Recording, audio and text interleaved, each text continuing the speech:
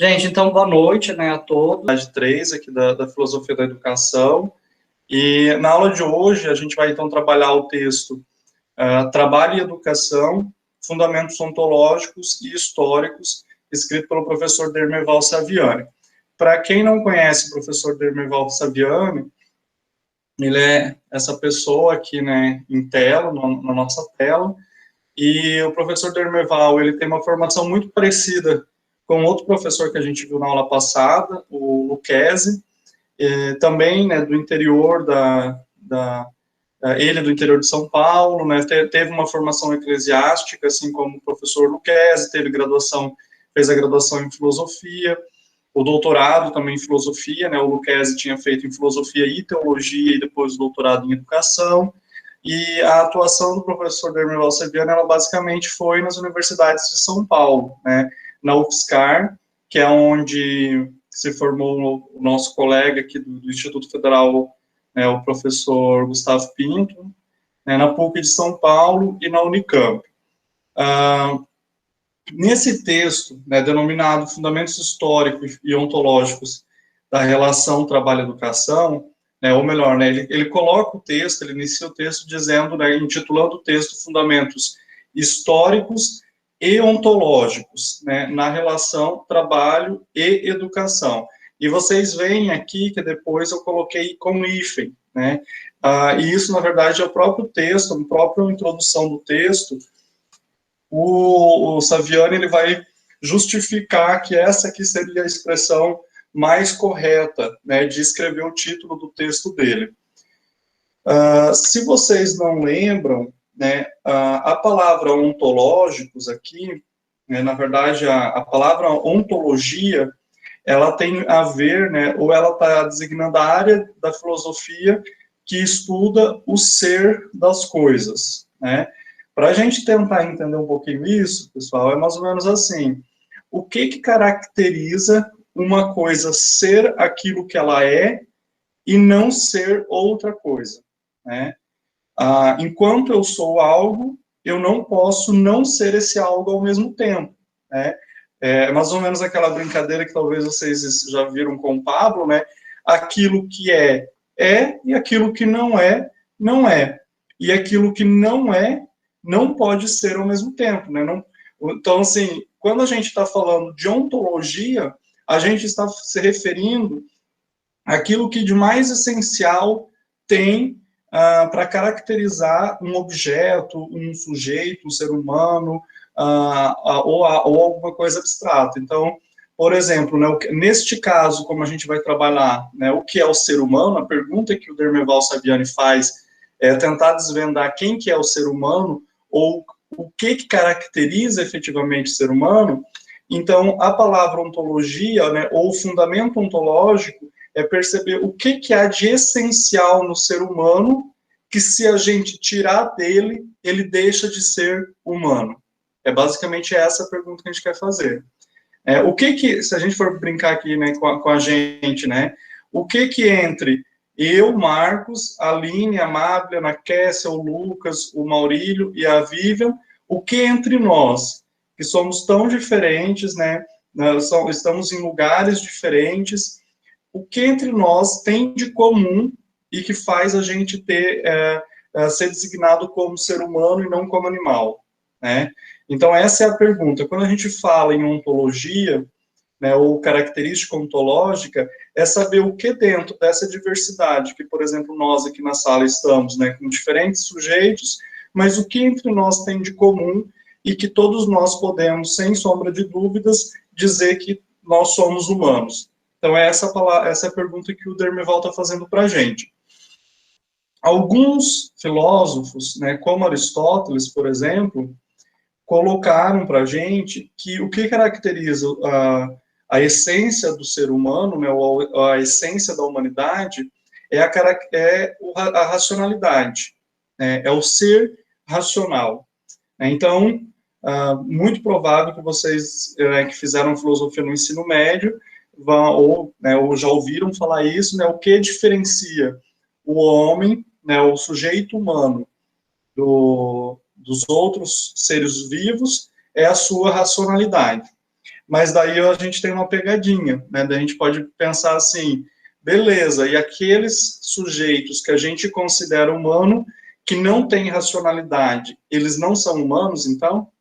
Né? Então, por exemplo, né, se a gente usar esse critério do Aristóteles, né, da racionalidade, uma pessoa com retardamento, uma pessoa com deficiência mental, ela é menos humana ou ela não é humana, né? Ou então um embrião, né? A gente tem muito nessa discussão do aborto e tal. Se a gente usar esse critério de racionalidade, por exemplo, facilmente a gente descaracteriza a humanidade de um embrião, né? Ou de um nascituro, porque até mesmo de um nascituro, né? Até mesmo de uma criança recém-nascida, porque ela não tem desenvolvido em si a racionalidade. Vocês percebem como é limitante essa característica do Aristóteles? Né? Então, se a gente perguntar, né, o que é o ser humano, o Aristóteles vai dizer que é o ser racional. No entanto, a gente tem algumas barreiras.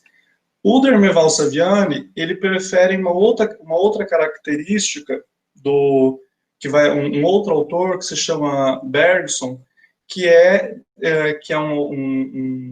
o Henri Bergson. Ele é um filósofo francês, muito mais recente, do século XIX. Ele vai dizer que o que caracteriza o ser humano é a sua capacidade de produzir ou de fabricar alguma coisa, de modificar aquilo que está ao seu entorno para o seu próprio bem. E daí a gente pode usar aquela velha história, né, conhecida da gente, né, de que o ser humano ele é o único animal que consegue se adaptar, de certa forma, com facilidade, no mundo inteiro, né, nas suas diferentes temperaturas, nos seus diferentes climas, né, nas suas diferentes terrenos, né, então, assim, as geografias. Então, o ser humano, o Henri Bergson, ele vai dizer para a gente que o ser humano ele é o Homo faber, não é o Homo sapiens, né? Ele é o Homo faber no sentido de que é o sujeito, né, é o animal capaz de fabricar ou de transformar a realidade que está ao seu entorno em favor de si próprio. Né? E isso aqui são duas propostas da filosofia, do Aristóteles e do Bergson, bem diferentes. Né? São duas características. Enquanto Aristóteles deposita a característica, né, ou a ontologia, né, a essência do ser humano na racionalidade, o Henri Bergson vai depositar a essência do ser humano na sua capacidade de produção. Não produção aqui capitalista ou produção de bens materiais, mas a produção no sentido de fabricação ou de transformação, né, do mundo que está ao redor do sujeito. É a partir daí que o Saviani vai dizer o seguinte: quando se fala numa relação entre trabalho e educação, elas jamais podem estar separadas, no sentido de que há de um lado o trabalho e há de outro lado a educação, como a gente já viu em vários momentos na história.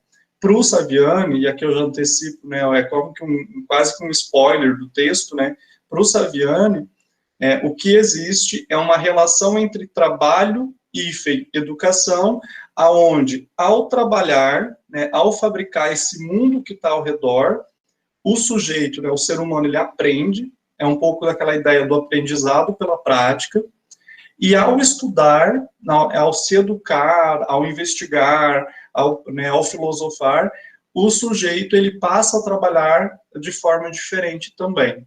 Então, é uma relação aqui, gente, de mão dupla. Trabalho e educação, para o Saviani, ele não é visto como contraposto, e que é, muitas vezes, o que a gente já viu na história e o que a gente experiencia aqui enquanto estudantes, né? Às vezes, né, quem de vocês, né, por exemplo, não sei, vou chutar essa hipótese, mas às vezes preferiu fazer a licenciatura à noite porque precisa trabalhar durante o dia. E vocês percebem que há aí talvez uma relação de contraposição entre trabalho e educação, né? Então, para eu poder estudar, eu tenho que colocar num outro horário que é o meu trabalho, no caso, o emprego, né, que é uma das facetas do trabalho. Ou então, se a gente vai analisar, né, talvez vocês vão ter experiência de trabalhar com educação de jovens e adultos, essa relação na educação de jovens e adultos, na história desses estudantes, ela é muito marcada, né? Geralmente, eles abandonaram, né, ou evadiram da educação porque precisavam trabalhar, né? Então, assim, havia uma relação, entre aspas, de contraposição entre trabalho e educação. Hoje, se você vai conversar com eles, muitos dos que estão em sala de aula estão estudando exatamente porque o trabalho exige, né? Então, eles, para continuar no trabalho que estão, eles precisam, às vezes, se aperfeiçoar, concluir o ensino médio, né, e avançar numa educação, no caso, formal, mas exatamente porque querem se manter ou até mesmo avançar, né, progredir no trabalho. E daí, então, aqui a gente vê uma outra relação do trabalho, que é exatamente uma relação de complementariedade, não de oposição, né, onde o trabalho motiva a estudar e a educação, né, alimenta ou transforma o jeito de trabalhar. É um pouco isso que o Saviani vai colocar para a gente nesse texto, né? Então, é um pouco dessa história entre trabalho e educação, dois processos, duas ações que o ser humano faz, que ele vai dizer que a gente tem que compreender isso aqui como um processo circular. Enquanto eu trabalho, eu me educo, enquanto eu me educo, eu trabalho, né? Não tem não é aquela brincadeira, né, do que vem primeiro, se é o ovo ou a galinha, mas é um processo circular, efetivamente. E é isso aqui que vai caracterizar tanto a nossa história enquanto humanidade, quanto vai identificar a gente enquanto sujeito, né? Vai dizer qual que é a nossa essência. Então, ela não é só racional, né? Aqui seria um X para o Saviani, não é só racional, como diz o Aristóteles. Ela é muito mais esse homo faber, do Henri Bergson, que é exatamente quando é o sujeito que consegue pensar o mundo ao seu redor e adaptar ele para si. Um pouco essa é a proposta do Saviani.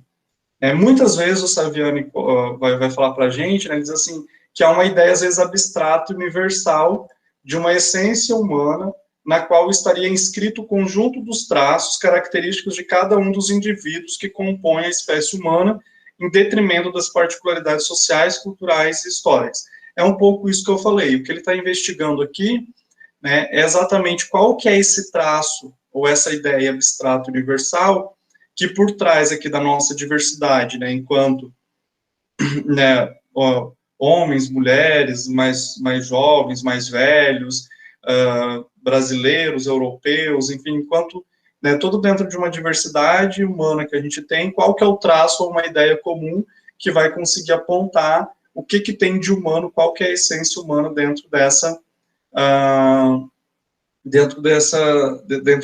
dessa diversidade sociocultural.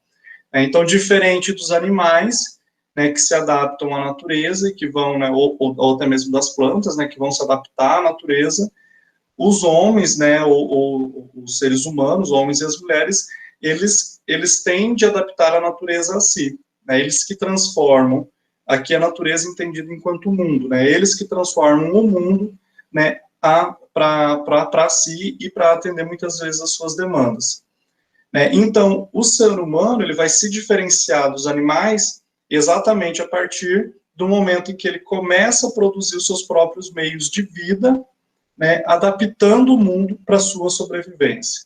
Então, há uma relação entre aqui humanidade, animalidade e natureza, que ela pode ser compreendida de forma sistêmica, que foi um pouco aquilo que eu comentei, acho que na quinta-feira passada, com vocês, né, da história da filosofia, mas principalmente de uma outra vez da aula anterior, né, de filosofia da educação, que eu falei, né, desse processo sistêmico, de não ter hierarquia entre conhecimentos, entre os seres que compõem o mundo, mas então a gente pode ver essa realidade de uma forma sistêmica, mas o ser humano ele tem, de certa forma, essa diferenciação a partir do momento em que ele consegue, né, se apropriar do meio que o rodeia e transformar esse meio para sua própria sobrevivência, né, se adaptar, óbvio, né, há uma certa adaptação do ser humano ao meio, mas principalmente uma adaptação do meio ao ser humano, né, ou às demandas do sujeito. Então,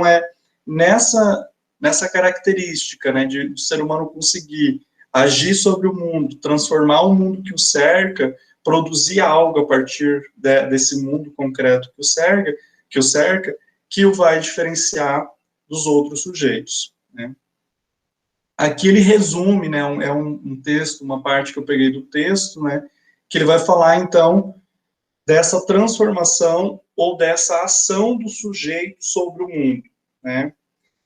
E eu vou ler ela porque eu acho ela, assim, digamos, se vocês fossem, por exemplo, fazer um fichamento desse texto, né, esse aqui, por exemplo, é o que eu sugeria para vocês copiar inteiro, porque ele, de fato, resume toda a ideia que o Saviani traz dentro do texto, né, e ele diz o seguinte: o ato de agir sobre a natureza, transformando-a em função das necessidades humanas, é o que conhecemos com o nome de trabalho, né.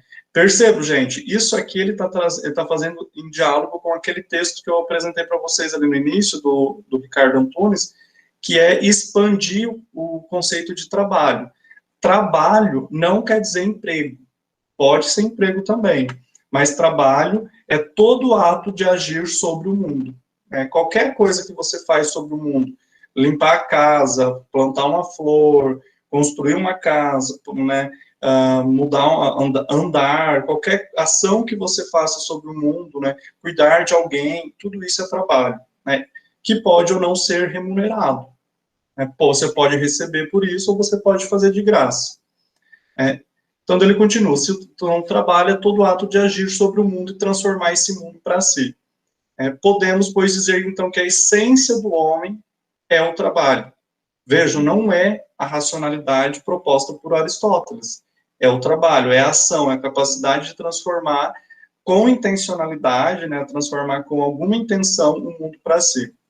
A essência humana não é, então, dada ao homem. Então, ó, percebam a captura aqui do texto que o Saviani faz, né, o salto que ele está dando aqui. Perceba, a essência, aquilo que de mais essencial que existe no humano, ele não é dado ao homem, você não nasce ser humano. O bebezinho, ele não é um ser humano completo, por exemplo. Isso o Saviani está, de certa forma, admitindo nesse texto. O feto não é um humano completo. A essência, ela não está dada. Ela não é nem uma dádiva divina, nem natural. Né? Não é só porque você nasceu, né, de dois outros humanos, você é um bebezinho, você é humano.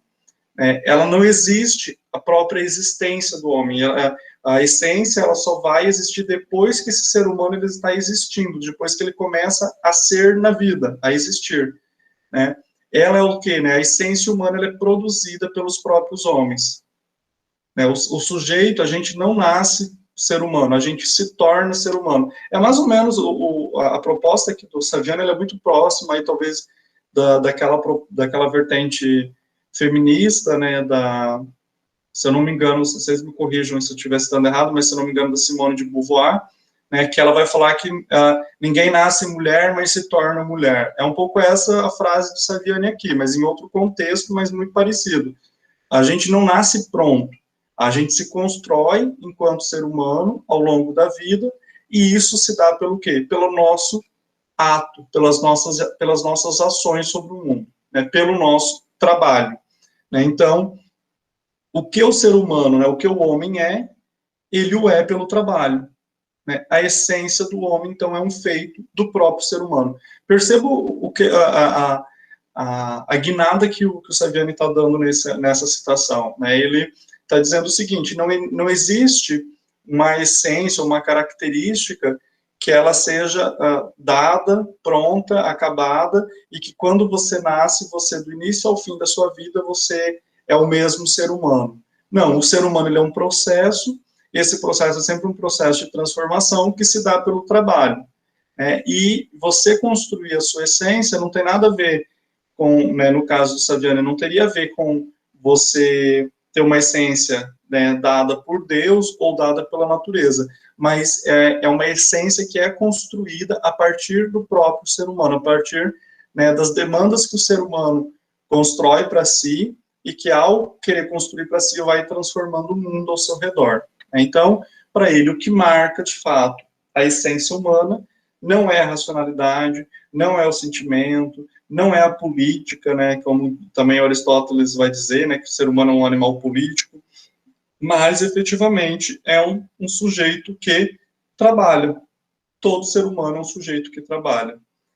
E esse trabalho ele não necessariamente precisa ser remunerado, ele pode ser um trabalho, é o trabalho de agir sobre o mundo.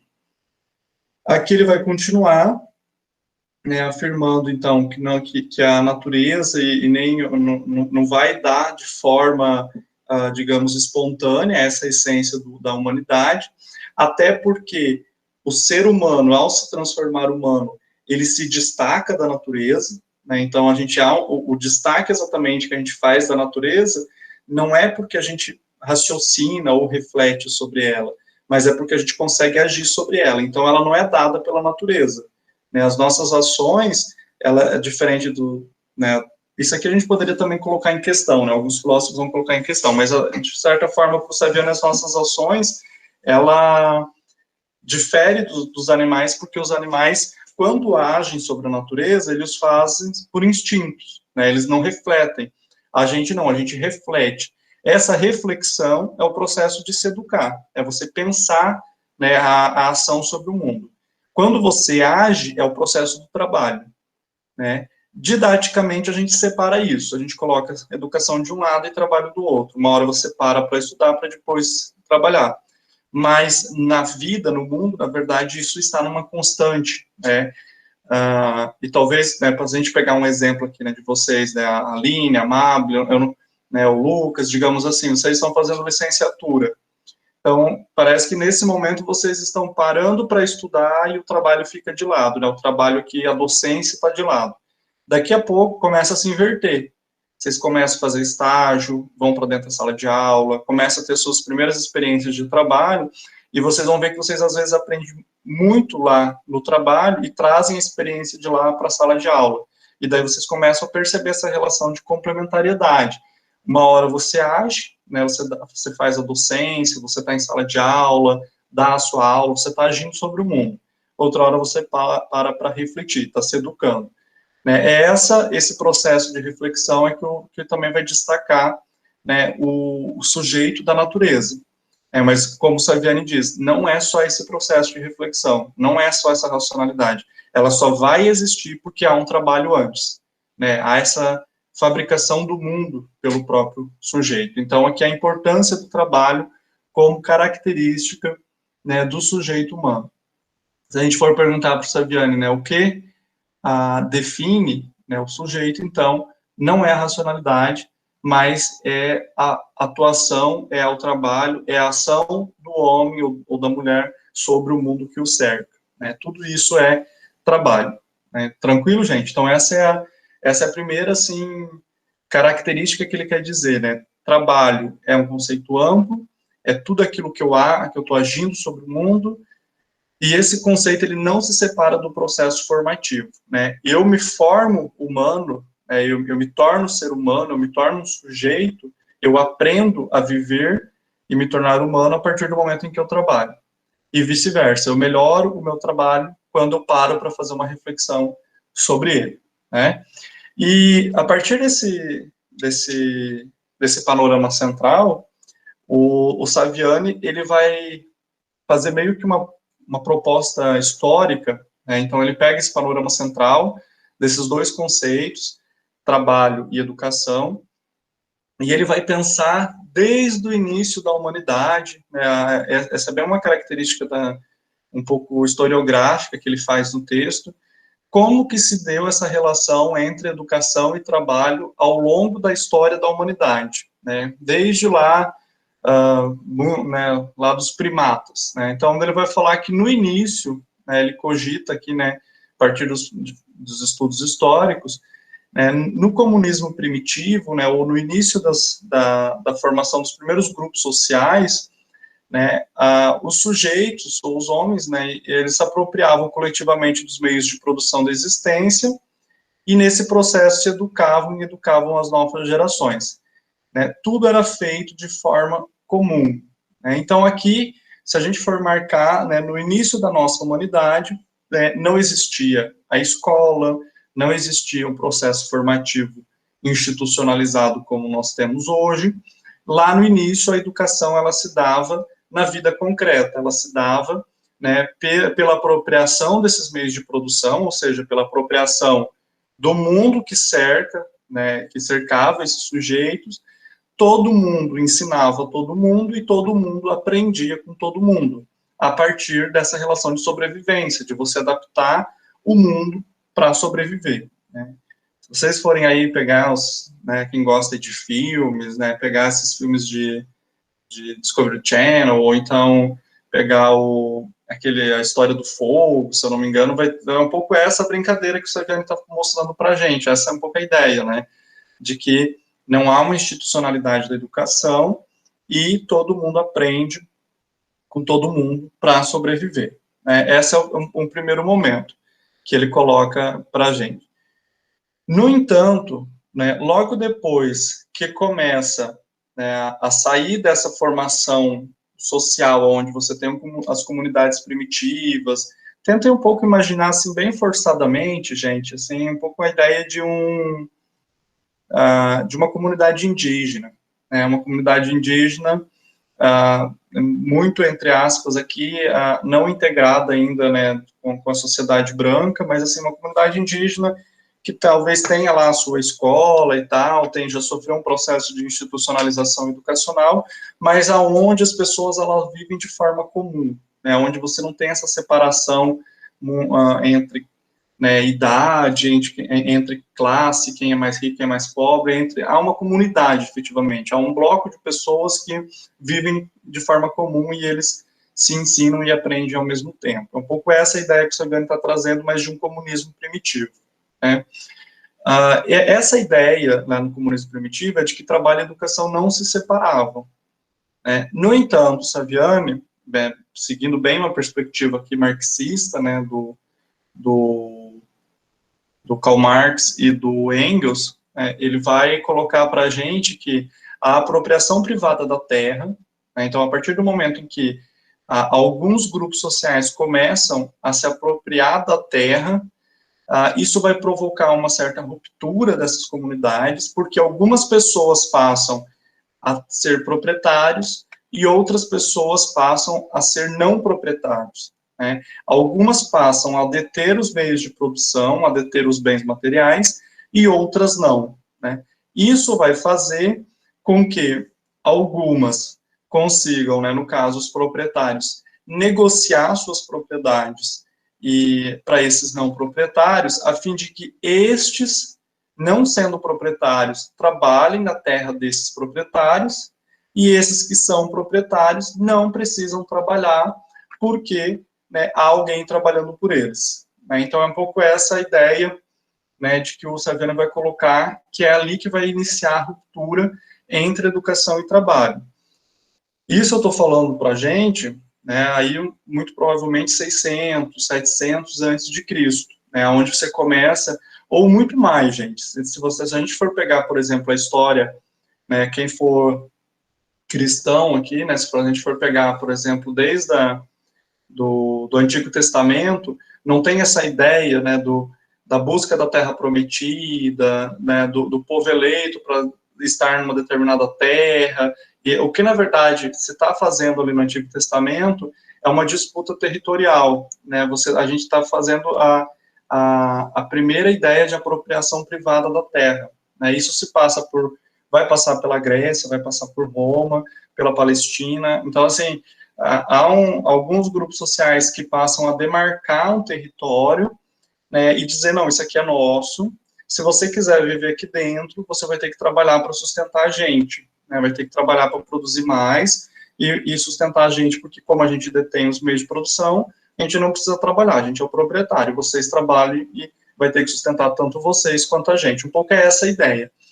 Né? Então, nesse contexto aqui, né, de separação entre, ou melhor, de apropriação privada da terra, começa a surgir um processo de divisão entre educação e trabalho. Entre aqueles grupos, geralmente escravizados, que vão ter que trabalhar o dia inteiro para sustentar todo mundo, e o grupo dos proprietários, né, ou daqueles que possuem as posses, que não precisam trabalhar. Como eles não precisam trabalhar, eles começam a se dedicar a algumas coisas mais intelectuais, né? A política, a religião, né? Eu digo que a religião é uma espécie de sacerdócio, né? E principalmente a ideia de escola, né? A ideia de educação. Se a gente pegar o termo escola, a gente vai ver que o termo escola na Grécia Antiga, ou na Grécia Clássica, ela significa, ela é traduzida para o português, escola significa lugar do ócio, lugar do ócio, lugar de onde não se trabalha. Então, assim, a escola, em tese, é o lugar onde você tem o que a gente poderia chamar aqui de ócio produtivo, né, de um ócio onde você vai para não trabalhar, né, você vai para aproveitar aquele momento de livre, aquele momento de lazer, para você pensar, para você conversar, para você refletir, né, e é nesse momento, então, que vai surgir uma separação, né, na Grécia Clássica, principalmente, entre educação e trabalho.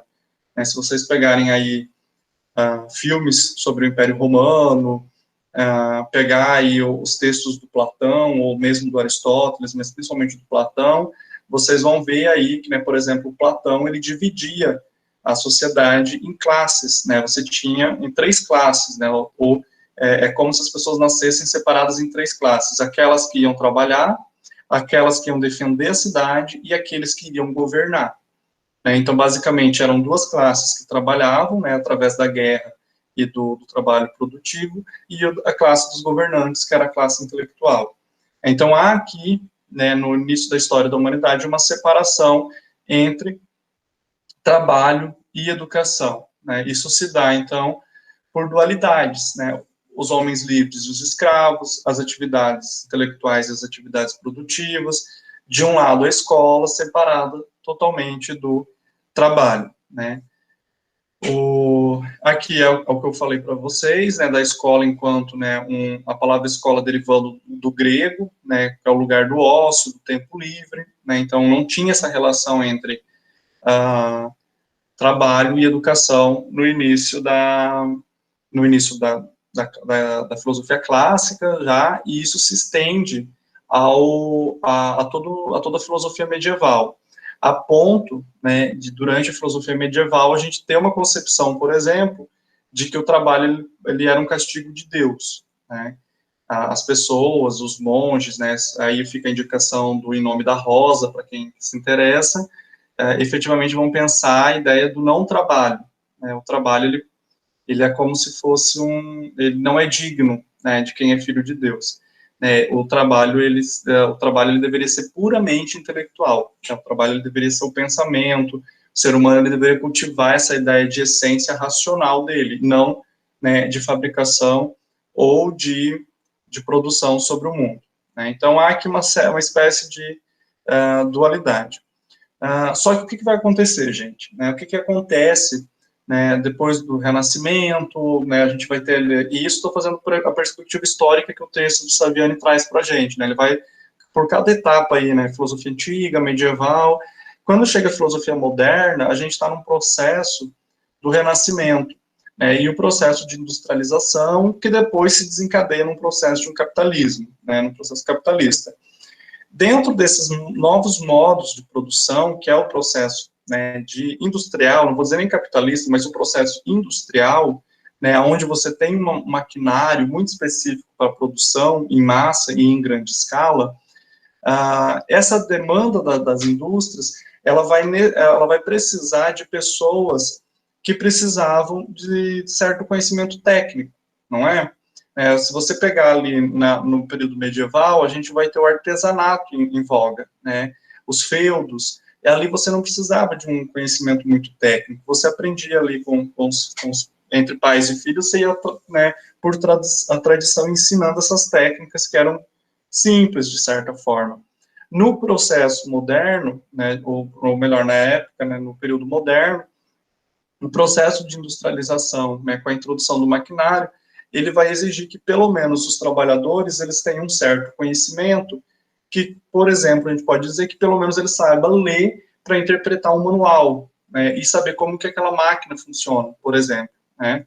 Então, é a partir desse processo industrial e do modelo, né, de produção capitalista que a relação entre trabalho e educação, ela passa a ser vista de uma forma diferente, não mais de oposição, mas, de certa forma, de uma necessidade por parte do trabalho em relação à educação, ou seja, para trabalhar, eu precisava de uma certa educação, né? Eu precisava de saber algumas coisas, algumas técnicas, ler, né, saber mexer em algum, né, por exemplo, agora, né, a gente precisa, para a gente poder trabalhar, a gente tem que mexer com Google Meet, tem que mexer com computador, tem que saber minimamente aí editar um vídeo, né, então, assim, são algumas coisas que a gente acaba tendo que estudar, tendo que procurar, aprender para poder trabalhar, né? Senão a gente não consegue. E foi mais ou menos isso que aconteceu no período industrial. A gente tinha um outro mundo se apresentando, outros meios de produção, em que as pessoas precisavam aprender. E é aqui que começa um outro tipo de educação, que é uma educação técnica, e é a nossa história aqui dos institutos federais, né? A gente passa a ter, a partir do processo capitalista e a partir do processo, né, da passagem do mundo campesino para o mundo citadino, né, ou para a urbis, né, da agricultura para a indústria, a gente passa um processo onde os sujeitos que vão para a cidade, vão trabalhar nas indústrias, eles precisam se adaptar intelectualmente, né, ter saberes para trabalhar dentro dessas indústrias, né? Então é um pouco essa a ideia que o Saviano vai colocar. E daí a educação, ela vai, entre aspas, deixa eu ver se eu passo aqui para vocês, a educação, ela passa a se rachar, né? Ela passa a ter dois tipos de educação.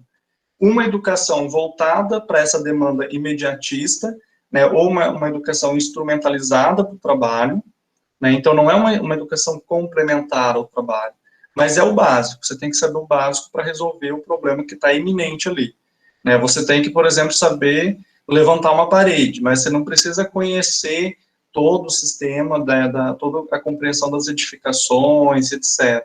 Você tem que saber, por exemplo, limpar o laboratório, mas você não precisaria saber efetivamente como que funciona a química, ter os conhecimentos sobre química. Então, a gente tem uma educação instrumentalizada.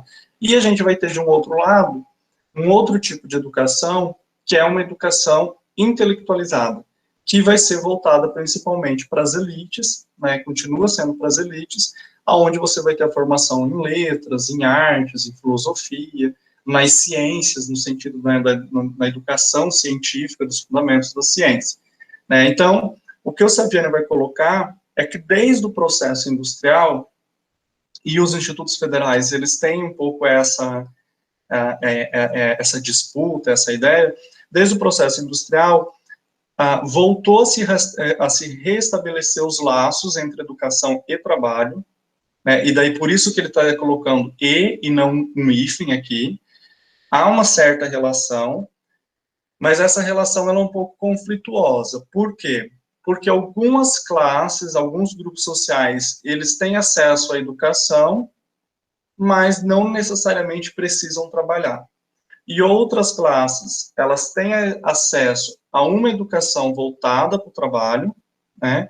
Só que essa educação, ela é uma educação instrumentalizada, né? Então, o que vocês viram recentemente, né, na proposta do novo ensino médio é um pouco disso aqui que o Saviani está falando, né? E daí eu até deixei aqui para vocês, né, uma sugestão de leitura que se chama Educação Básica, Educação Profissional e Tecnológica, do professor Dante Moura, que é um professor lá do Instituto Federal de Rondônia, nossa, fugiu, lá do Federal do Rio Grande do Norte. O professor Dante Moura, ele faz uma análise da história do que a gente poderia dizer dos institutos federais, mas assim, da história da educação profissional no Brasil, desde os liceus, né, das oficinas de pequenos artífices, né, lá na virada do século XIX para o XX, e ele vai colocar exatamente isso. Você tem, de um lado, uma educação manual, onde o sujeito vai para a escola para ser um técnico em agricultura, um técnico em comércio, um técnico, por exemplo, em química, mas é aquela formação bem instrumentalizada, é para ele sair daqui e conseguir lá trabalhar e resolver o problema, a demanda da fábrica ou da indústria.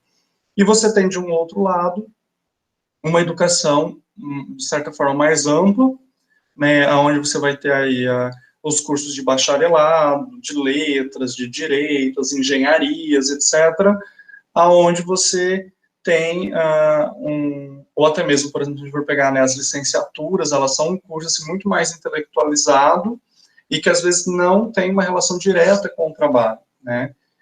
Eu acho que a licenciatura é um pouco singular, porque ela faz esse movimento, mas os outros cursos nem sempre fazem esse movimento. E daí ele está dizendo, então a gente tem, né, a partir desde ali do século XVII, XVIII, essa divisão. Né, volta-se a fazer uma relação entre trabalho e educação, mas ela é uma relação um pouco, que a gente poderia dizer, claudicante, né, um pouco capenga, né, porque ela não está, ela se dá de forma diferente a depender de qual grupo social que a gente está abordando. Né, se a gente for eu não sei qual é a história, né, de vida de vocês, né, a gente se conheceu muito pouco nas primeiras semanas de aula lá, né, mas, por exemplo, a minha história, né, da minha família, da minha história, a gente tem uma relação entre educação e trabalho muito mais, como se diz, de oposição do que de aproximação, né, por exemplo, os meus pais, eles estudaram somente até a quarta série, né, minha mãe estuda a quarta série, meu pai até a quarta série, eram do interior, né, agricultores, então não conseguiram, por conta do trabalho, não conseguiram avançar na educação. Eu, para conseguir, por exemplo, continuar a estudar, eu tive que sair de casa, né, muito cedo, né, e exatamente, né, tive que, de certa forma, me virar, né, eu trabalhava como recepcionista, né, em uma hospedaria, em um hotel, lá em Santa Catarina, trabalhava de madrugada, exatamente para conseguir estudar durante o dia, né, então a gente sempre teve uma relação muito de oposição. Então, e sempre uma relação assim, né, às vezes uma relação técnica, né, de você ter que aprender alguma coisa rápida para logo, né, começar a ganhar um dinheiro e conseguir sustentar a família, ajudar dentro de casa, né, então, às vezes a educação, ela acaba sendo instrumentalizada nesse sentido, de uma questão de sobrevivência imediata, né, então é um pouco da crítica e da leitura que o Sarviani, né, que o Dermival Sarviani, né, vai colocar para a gente, né? Aqui no que ele está falando do processo de industrialização, a gente já encaminhando para o final, né? A introdução da maquinaria, né? E aqui vocês pensam aí no Chaplin, né? Eliminou a exigência de qualificação específica, né? Então você não precisaria ter ser aquele artesão que sabia fazer aquela peça bonitinha, né? Mas impôs um patamar mínimo de qualificação geral, equacionando no currículo da escola elementar com a convivência próprias da sociedade moderna.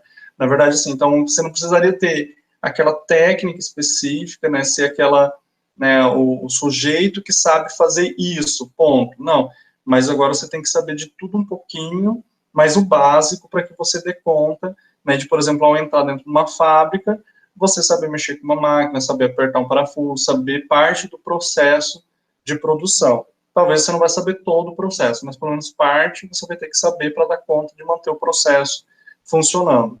E daí aqui é o que eu comentei com vocês, isso vai gerar então uma bifurcação no sistema educacional, né, entre as escolas de formação geral e humanística, né, que são as escolas de educação básica, e as escolas profissionais, né. Na história do Brasil, depois vocês vão ver talvez com o Leone, ou com o professor Gustavo Pinto, ou se não com eles, pelo menos com o Rodrigo, ou com o professor Rodrigo, ou então com a Irani, que dão parte, né, do processo de gestão educacional, essa divisão, né, como que surge as escolas profissionais no Brasil, exatamente em favor de uma demanda da indústria, né, e daí não é à toa que a gente vai ter aí o SESI, o SESC, Senai, né, todo o sistema S configurado para cursos, para profissionalizantes, né, e financiados pelas indústrias, aonde você vai lá para aprender alguma coisa, né, mecânica, aprender metalurgia, enfim, para depois sair de lá e voltar a reingressar dentro da indústria, então agora como um profissional. Então aqui a gente tem, assim, uma certa, né, o que o Severo está chamando a atenção para a gente é isso. Você tem uma relação entre educação e trabalho, mas não é mais aquela relação de complementariedade que deveria ser como era, né, para o Saviani, como era lá no comunismo primitivo, aonde você vivia, aprendia pelo trabalho, né, e se educava para trabalhar melhor. Não é mais essa relação que a gente tem, né, ou não né, pelo menos como ele queria, né, como ele propõe, que ele acha que seria o ideal. A Ana Cassie colocou, hoje tem o jovem aprendiz. Exatamente, Ana Cassie. Então, assim, a gente tem, é aquilo que eu falo, né, a gente tem várias políticas públicas hoje que elas são bem interessantes, né. O jovem aprendiz, ele é uma delas, né. Você já tem uma relação de prática desde o momento em que você está fazendo um curso, né? E isso favorece, porque, por exemplo, quando vocês entrarem no estágio, etc., quando você faz um curso, né, você tem aquele momento de prática, vocês da química, né, que vão para o laboratório e tal, o ato de ir ao laboratório, ele é um trabalho, né, ele é uma ação sobre o mundo. Quando vocês pegam lá, sei lá como é que é o nome dos equipamentos, uma pipeta, sei lá como é que é o nome que vocês chamam dos negócios, mas você pega uma substância, mexe e tal, você transforma alguma coisa, constrói, isso para o Sabiane é trabalho, é uma produção, vocês produziram algo. E vocês aprendem muito melhor do que você simplesmente ouvir, por exemplo, o professor falando ou ver um vídeo. Né? Quando vocês fazem o negócio, fazer o negócio é uma forma de aprender. Né? O jovem aprendiz, ele é isso, você aprende também fazendo. Né? No entanto, às vezes a gente tem algumas políticas que elas parecem boas, mas elas são, às vezes, um tiro no pé, né? Como foi, por exemplo, a ideia desse novo ensino médio. Eu, particularmente, sou totalmente contra, e não é nem pela manutenção ou não do ensino de filosofia, mas era exatamente pela diminuição da formação humanística que a gente tinha. Né? Se a gente, por exemplo, comparar, veja, a gente tem um ensino técnico no IF, né? E a gente não reclama dele, mas a gente conseguiu introduzir um ensino técnico sem perder essa parte de formação geral e humanística, né? Vê, os meninos do técnico hoje, eles têm aula de música, né? Eles têm filosofia, têm sociologia, têm introdução à pesquisa, né? Então tem uma formação, eles podem escolher, né? Tem inglês, tem espanhol, tem libras. Então eles têm uma formação geral e humanística bem ampla, sem perder a parte profissionalizante. O problema é quando a gente foca demais na parte profissionalizante e esquece essa formação geral e humanística, né? E eu digo problema em que sentido, né?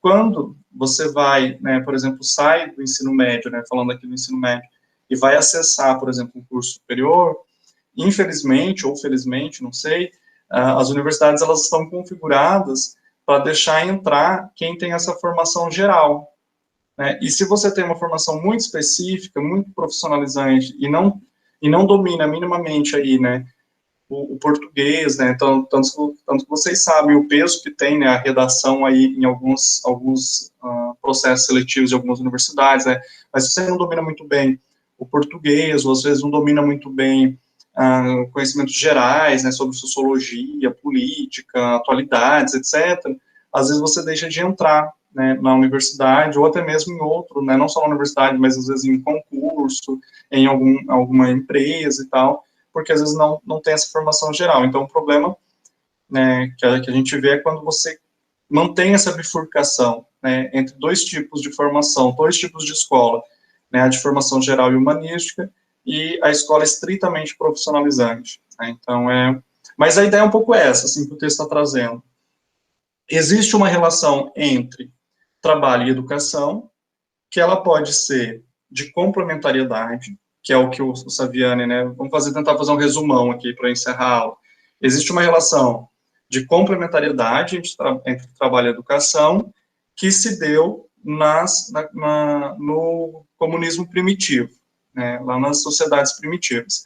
Existe uma relação de oposição entre educação e trabalho, que se deu a partir do momento em que há apropriação privada da terra, né, em que alguns grupos sociais passam a se dizer proprietários de determinadas partes da terra, e outros grupos, sem ter propriedade, eles são sujeitos a trabalhar nessas propriedades para sustentar tanto esses que não são proprietários, quanto os proprietários. E isso se mantém né, durante boa parte aí, praticamente, do período medieval. E existe depois uma relação de aproximação, veja, complementariedade, oposição, e agora de aproximação entre educação e trabalho, que às vezes não chega a ser complementar, mas eles se aproximaram, aonde você tem uma demanda da indústria, a partir do século XVII, a partir da Revolução Industrial, que você precisa de pessoas capacitadas para trabalhar com algumas técnicas. Essa relação de aproximação, ela não necessariamente é complementar. Por quê? Porque às vezes você aprende o mínimo só para fazer que nem o Chaplin, né, para você ir lá apertar um parafuso, então você tem que aprender o mínimo, é saber ler um manual, é saber interpretar uma regra aqui de matemática para aplicar num processo químico, e acabou. Você não precisa compreender todo o processo.